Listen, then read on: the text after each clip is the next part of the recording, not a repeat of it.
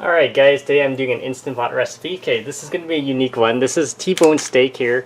And you might be like, what? I'm going to cook it in an Instant Pot? Yes, I'm actually going to cook it in an Instant Pot because if you ever cook it in an Instant Pot, it will make the meat very tender. So I'm actually kind of curious. It's more of an experiment per se, so I'm actually kind of curious. And this is a grass-fed steak, so and when you put it in an Instant Pot, because it's pressurized, the meat should fall off the bone pretty easily. Okay, so here is Swiss chard. So I'm going to be cooking that.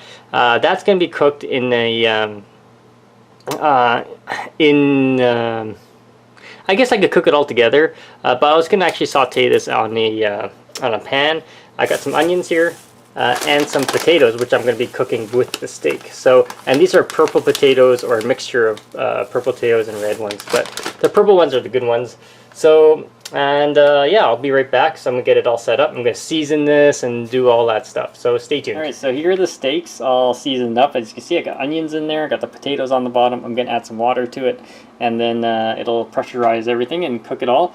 I'm going to see how well the beef turns out, and hopefully turn out pretty good. What I have in this pan here, I got the Swiss chard here, and I got some onions, so I'm going to saute them with the Swiss chard. So I'm not actually going to put it in there, and then I'll show you what it looks like. Stay tuned. Right, so here's the Swiss chard, the onions on the bottom. I have seasoned it with some garlic salt, and I also used some sesame oil on top to give it a little bit of aroma.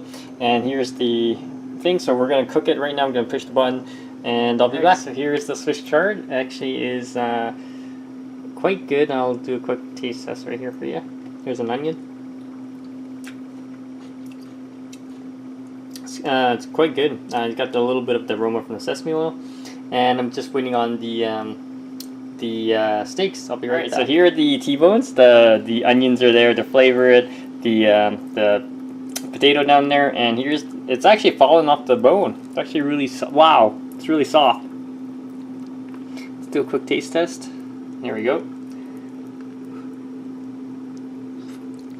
Wow, that's good. You get a lot of flavor. The garlic salt, the pepper goes in really well. If you have any questions, comments, guys, post below. Subscribe to the channel.